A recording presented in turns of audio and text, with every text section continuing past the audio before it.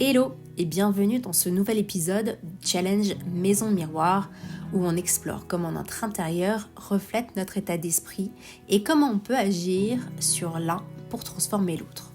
Aujourd'hui, on va mettre les mains dans le cambouis, enfin plutôt dans le tiroir à bazar ou la pile de papier sur ton bureau, parce qu'on va parler de désencombrement stratégique. Attention, je vais pas te dire de vider toute ta maison façon grand ménage de printemps. Non, on va se la jouer malin, efficace et surtout no stress. Allez, installe-toi confortablement et c'est parti. Alors, tu l'as compris, on va parler de désordre aujourd'hui. Et pourquoi désencombrer, c'est libérer son esprit. Alors, je sais pas si tu as déjà ressenti un peu ce genre de frustration quand tu passes devant un espace qui est encombré. Et ben ton cerveau, il a la même idée, il est encombré aussi. Et du coup, tu es frustré. Pourquoi ? Je vais te demander d'imaginer ta tête comme un navigateur web, Chrome, Firefox, celui que tu veux, et que chaque petite chose est un onglet ouvert dans ton navigateur. Ah, imagine que chaque petit top sans son petit couvercle, c'est un onglet. Je te laisse imaginer le nombre d'onglets ouverts que tu as dans ta tête. Et c'est ça en fait pour chaque pièce de ta maison. Donc on va imaginer que dans ton bureau, il y a une petite pile de papier administratif qui s'entasse. Chaque petit papier, c'est un onglet. Dans ta cuisine, on a les tops. Dans le tiroir à bazar, il y a tout ton bazar dedans. Et c'est la même chose. Et c'est pour ça en fait que ça vient créer énormément de frustration. À chaque fois que tu vas poser les yeux dessus, et ça va grignoter ton énergie et ça va surtout t'empêcher d'avoir un esprit léger et de pouvoir t'occuper d'autre chose, de pouvoir penser et libérer ta pensée pour autre chose. Alors la bonne nouvelle, c'est que ces petits espaces, ces petits onglets peuvent être fermés. Et du coup, ça peut te permettre d'avoir un regain d'énergie et de te sentir beaucoup plus peace quand tu poses les yeux sur cet endroit-là, sur la zone dans laquelle tu veux être bien et te sentir aligné. Donc comme je l'ai dit en introduction, aujourd'hui l'idée c'est pas de s'attaquer à la maison en entier. Car si maintenant on se disait on va s'attaquer ne serait-ce que même à une pièce entière, le découragement il est au top niveau. Non, l'idée c'est plutôt de se dire ok, j'ai besoin de désencombrer une pièce, donc quel meuble dans cette pièce, quel étage dans cette pièce j'ai besoin de désencombrer, et on va y aller baby step par baby step et le faire peut-être une fois par semaine, quotidiennement, donc ça c'est à toi de voir, mais l'idée c'est de désencombrer au fur et à mesure, en petites étapes, pour ne pas se décourager et pour quand même avoir le bienfait de ce désencombrement. Donc comme je te disais, maintenant on va passer les mains dans le cambouis. Alors je vais te demander quelque chose de très simple, c'est de trouver l'endroit qui t'agace le plus dans ton espace de vie et que tu voudrais d'ailleurs désencombrer. Alors, pour choisir, j'ai une petite astuce, c'est quand tu vis dans ta maison, il faut que tu penses à ce qui te dérange le plus souvent ou ce qui te donne vraiment un pincement de frustration ou d'agacement à chaque fois que tu le croises, que tu le vois. Et aussi, tu peux choisir en fonction du domaine que tu souhaites voir évoluer.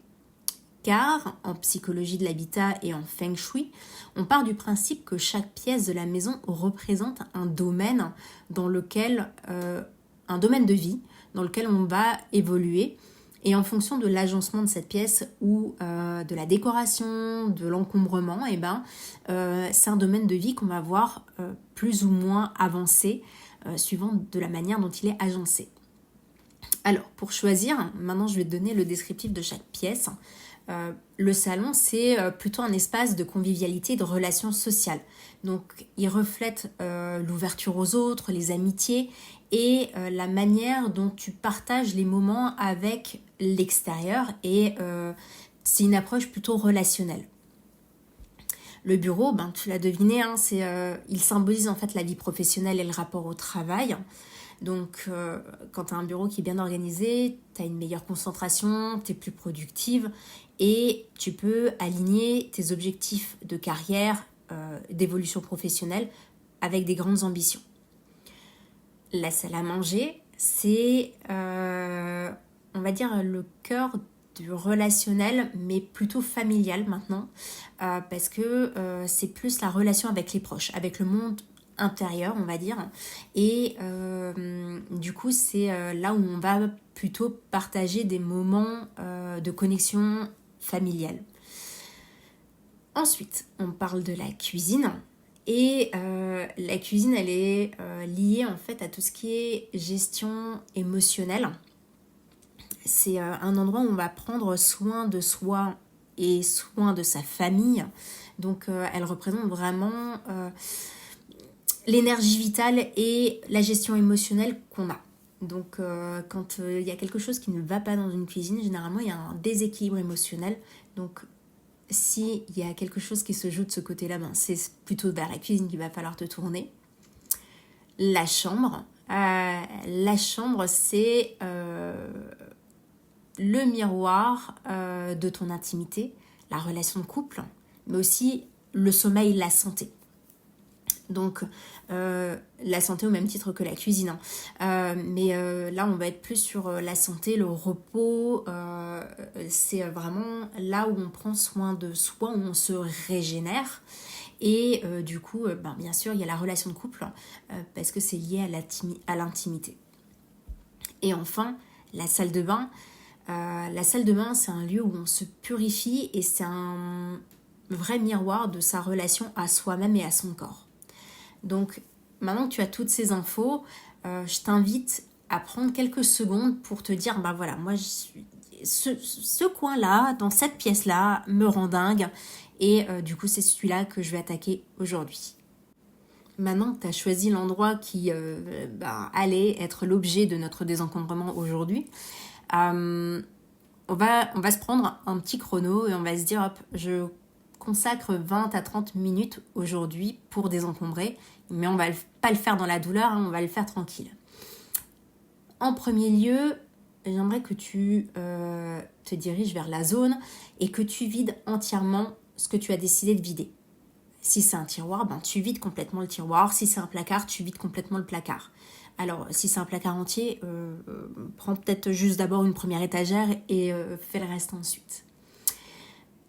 Tu mets tout par terre ou sur une table parce que ça va t'aider à voir de manière globale tout ce qu'il y a dans ce tiroir ou ce placard et pour pouvoir prendre des décisions. Une fois que tu as tout mis à plat, maintenant on va faire 3 piles. Et on va faire une pile pour ce que tu gardes, une pile ce que tu donnes ou ce que tu revends et une pile qui doit partir parce que c'est soit inutilisable, soit cassé, soit... voilà. Pour faire ces 3 piles, il va falloir que tu te poses des questions, notamment, est-ce que je l'utilise régulièrement ? Est-ce que ça éveille en moi un joli souvenir ? Ou est-ce que ça participe à mon bien-être ? Ou est-ce qu'il est esthétiquement plaisant ? Donc, à partir de ces questions-là, si tu réponds oui à l'une d'entre elles, on peut estimer que tu peux le garder. S'il y a des choses, par contre, qui sont esthétiquement plaisantes, mais que tu n'as pas sorti de ton placard depuis 4 ans, il faut peut-être revoir en fait est-ce que je le garde ou est-ce que je ne le garde pas. Donc là, il va y avoir un petit moment où il va falloir faire des choix qui ne vont pas forcément être évidents, ou alors très évidents, tout dépend, et prendre des décisions et du coup faire ces fameuses piles. Je vais revenir sur le au cas où, puisque ça c'est un grand classique. Les objets qu'on garde en pensant qu'un jour peut-être on va les utiliser, on va en avoir besoin, ce sont des freins. Ils occupent une place qui n'est pas la leur. Et si de manière générale on ne l'a pas utilisé en plus d'1 an, on peut estimer qu'en fait ça ne changera pas. Sauf si tu as un esprit créatif et que tu es en train de désencombrer ton atelier et que là tu as des peintures, tu as des aquarelles, tu as plein de choses, mais tu t'as pas forcément eu le temps de t'y mettre. L'idée, c'est peut-être se dire, est-ce que j'ai encore le temps pour ça? Si oui, il faudrait que tu te dises, maintenant, je m'y remets vraiment et j'utilise ça. Et alors bien sûr, on regarde les dates de péremption, on fait attention à tout ça. Si c'est dépassé, on jette. Si on peut plus l'utiliser, on jette. Voilà. Ensuite, une fois qu'on a fait ce tri-là, qui était déjà une belle et grosse partie, on va nettoyer en fait l'espace qui a été vidé. Comme ça nous permet de faire place nette vraiment et de repartir sur une bonne base. Et maintenant, on va remettre uniquement ce qu'on garde et l'idée, c'est quand même de le faire avec une intention. Il faut réfléchir à la meilleure manière d'organiser maintenant l'espace pour que ça reste pratique, mais surtout agréable. Si tu as envie de voir toutes tes palettes d'ombre à paupières, il faut trouver un display qui te permet de le mettre en place pour que ce soit agréable à l'œil, que ce soit pratique pour toi. Donc là, chacun fait vraiment comme il veut, comme il souhaite. Tant que ça reste agréable à l'œil et pratique, on peut y aller. Maintenant, pourquoi c'est important de faire ce genre de choses régulièrement ? C'est pas juste parce que Marie Kondo, elle a lancé la mode et que de son petit pliage bien sympathique et super esthétique qu'on aime voir dans nos intérieurs. En fait, désencombrer, c'est un vrai acte énergétique et moins de bazar va amener beaucoup plus de fluidité dans ta vie. Moins on a d'objets, plus on peut avancer parce que notre esprit n'est pas encombré par cela. Ça fait moins de distractions, on a un esprit qui est beaucoup plus clair et surtout, on perd moins de temps parce qu'on a moins de choses. On est plus efficace et on est plus serein. Alors aussi, parce qu'une fois que tu as fini, tu as une petite vague de satisfaction instantanée qui arrive en te disant « Ah ouais, ça fait du bien ». Mais en fait, quand tu fais ce genre de choses, ça fait du bien au corps, ça fait du bien à l'esprit et ça fait du bien dans ta vie de manière générale. Quand tu as une entrée qui est bien dégagée, qui est bien rangée, quand tu rentres chez toi, tu as juste besoin d'accrocher ton manteau, tu poses tes clés à l'endroit où c'est prévu, tu laisses tes chaussures à l'entrée, tu montes sereinement. Tu as fait en fait la séparation entre l'extérieur et tu arrives dans ton endroit, dans ta maison, dans ton habitat, dans ton intimité et tu as en fait un sas de décompression qui est rangé, qui est clair, chaque chose à sa place et c'est ultra important de faire ce genre de choses. Pareil pour la cuisine. Quand tu cherches ton top et que tu n'as surtout pas le couvercle qui va avec, je ne sais pas combien on est à avoir eu cette frustration-là de ne pas retrouver le bon couvercle avec le bon top, mais je suis sûre que tu imagines très bien de quoi je parle. C'est pas cool, quoi. Enfin, on n'a pas envie. Au final, on finit par mettre le top au frigo comme ça et basta, quoi. Maintenant, moi, je suis curieuse de savoir quelle zone tu as choisie et surtout de savoir comment tu te sens après ce petit coup de propre énergétique.